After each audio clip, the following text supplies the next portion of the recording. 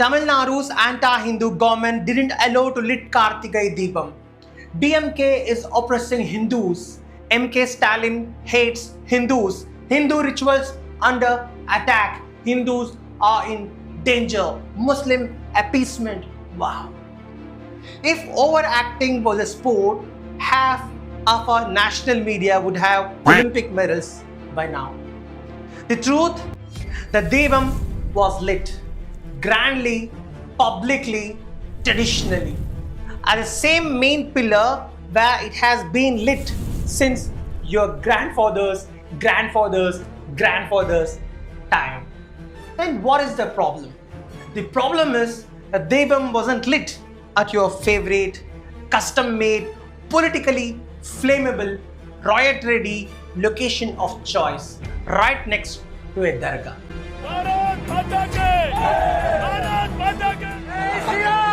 Man, who chants Jai Shri Ram in a Murugan temple? Who wears saffron instead of green for Lord Murugan? And who searches Muruga inside Sikandar Dargah? Tell me honestly, you really want to light the Devam or you want to light the communal spark? You know what is even funnier? The comments, the tweets, the WhatsApp forwards.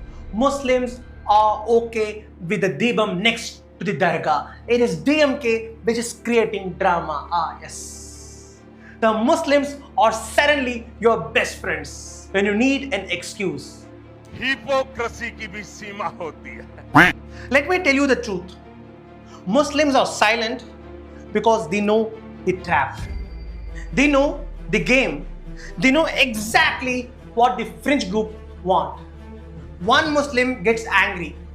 One protest happens. One stone flies.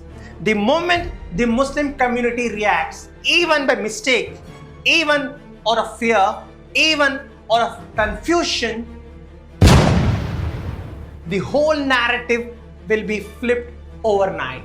Suddenly, it becomes Muslims are blocking Hindu rituals, minorities attacking traditions, temple under threat. And the same fringe group that was screaming at the DMK yesterday will immediately scream at all Hindus. Come under our umbrella. We will protect you. Vote for us or else look. Danger. Hindu khatre mein hai. It is predictable. Painfully predictable. Ayodhya 2.0. The entire issue becomes Hindu versus Muslim. National debate, TRP, bhajan, vote consolidation mission accomplished. That's the dream. They need Muslims to react. They need a comment, a protest, a slogan, a pushback, anything. So yes, to the Muslim community, stay calm. Do your work. Focus on your business. Focus on your kids' education, their future, their stability. Don't get dragged into the circus. Let the government handle it. Let the police handle it. Let the administration handle it. This is between the state and the people trying to break the state's peace.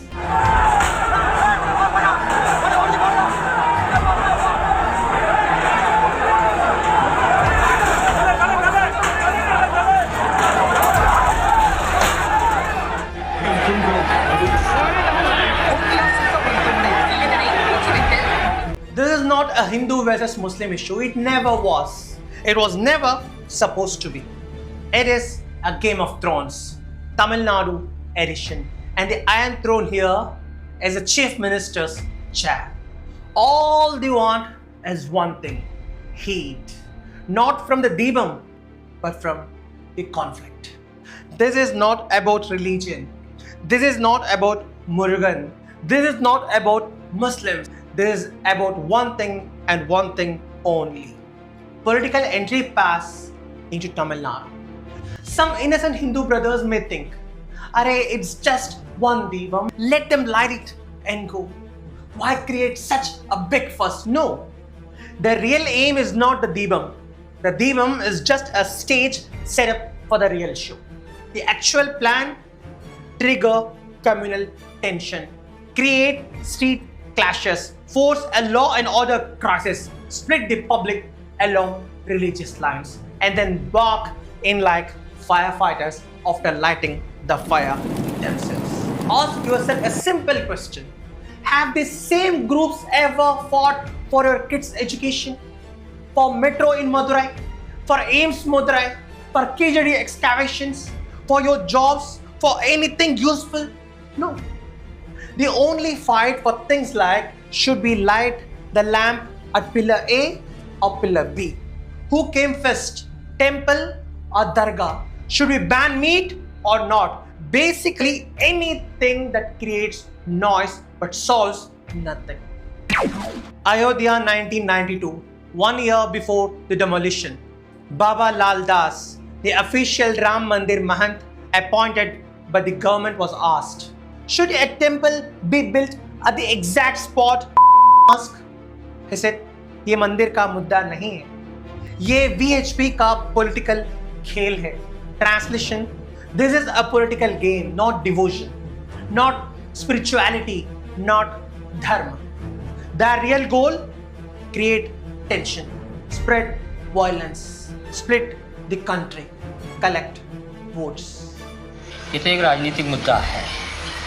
विश्व हिंदू परिषद ने जो कार्यक्रम चलाया है और जो लोग तोड़ना चाहते हैं वो इस मुद्दे को लेकर तोड़ना चाहते हैं कि पूरे हिंदुस्तान में एक तनाव की स्थिति पैदा हो और हिंदू मत जो है हमारे पक्ष में हो. मैं राम जन्मभूमि मंदिर का पुजारी हूँ. मैं बिल्कुल सत्य कह रहा हूँ आपसे कि आज तक विश्व हिंदू परिषद के लोगों ने वहाँ पर एक माला भी नहीं चढ़ाया. भगवान की पूजा अर्चना तक उन लोगों ने नहीं करवाया वहाँ पर. And you know what happened to him? He was found dead, shot, a few kilometers away from Ayodhya.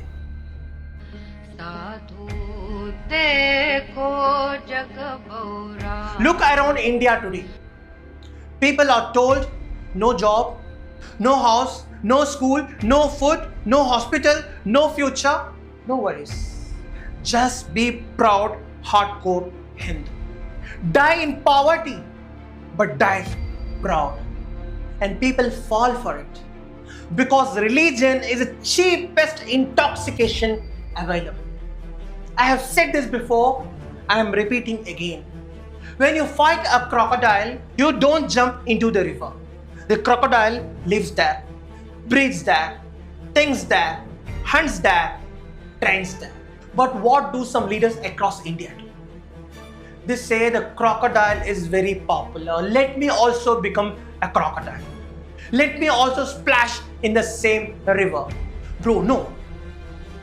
Public looks at both and says, if I have to choose a crocodile anyway, why on earth would I pick the duplicate reptile when the original one is already there with world-class teeth and years of swimming experience? This is the tragedy of Indian politics everywhere, except in a few southern states where leaders simply refuse to jump into the Hindutva river. And that irritates the river dwellers. Because the crocodile's superpower works only when the opponent enters the water. That is why there is a full-time 24/7 attempt to drag every state, every leader, every election into that same river. Come, fight me on religion, fight me on identity, fight me on temples, fight me on costumes, fight me on slogans, fight me on eating habits. Come into the river, come into my mud. Because once you enter, once you play by those rules, you can't win. You can't win the WWE by politely imitating the Undertaker. He will grab you by the neck, lift you 3 feet in the air, do a perfect choke slam, fold your political career like a bed sheet, and slide you neatly into the casket. Match over. But hats off to Chief Minister M.K. Stalin. In a time when every other opposition leader in India is busy adjusting their color palette, Stalin stayed exactly where he has always stood, on the Dravidian core of inclusive politics, secular governance and rational decision making. While half the political class is desperately trying to squeeze into the Hindutva river, Stalin is one of the very few leaders who said, I am not getting into that water. This is Tamil Nadu. We fight elections on governance, not on God grabbing. And that single decision, that refusal to enter the crocodile's arena, is exactly why the crocodiles are panicking. He took the toughest decision at the toughest time when every political mischief maker was praying for even the smallest spark. He acted with a kind of calmness that only seasoned administrators possess. He did two things simultaneously, which in India's current climate is nothing short of a miracle. One, he ensured the Deepam was lit at the exact historic location where true Murugan devotees have lit it for generations, preserving the sanctity, the tradition, the spirituality without distortion, without alteration, without political fingerprints on a sacred ritual. Two, he prevented the spark these fringe groups desperately wanted. Staying committed to peace is easy when no one is provoking. But staying committed to peace when you are being provoked from 10 directions at once, that is leadership. A big salute. A heartfelt congratulations. India needs more such leaders with such steel spines, with long-term vision, with the courage to say, not in my state, not on my watch, not at the cost of communal harmony. The biggest victory in politics is when the people sleep peacefully without even realizing how close they were to chaos. That night, Tamil Nadu slept. Not because there was no danger, but because the danger was neutralized before it could grow deep. Sir, I have confirmed with the chief. We are not allowing. We are not allowing. Sir, it's a high court order. No problem. We'll face the consequences. There is governance. There is leadership. That is what it means to protect a state. You may disagree with his politics. You may debate his ideology. That is democracy. But this one thing is undeniable. When his state needed clarity, he didn't blink. When his people needed safety, he didn't gamble. A steel spine doesn't make sound. It just holds the whole body upright. And that, in the end, is what Tamil Nadu saw. A leader standing tall so that the state doesn't fall. This is brown enlightenment, where governance is measured not in speeches, but in nights when the state sleeps without fear. ये काला किला है, मेरा गढ़ है ये। रत्ती भर मिट्टी भी तू यहां से लेकर नहीं जा सकता। निकल!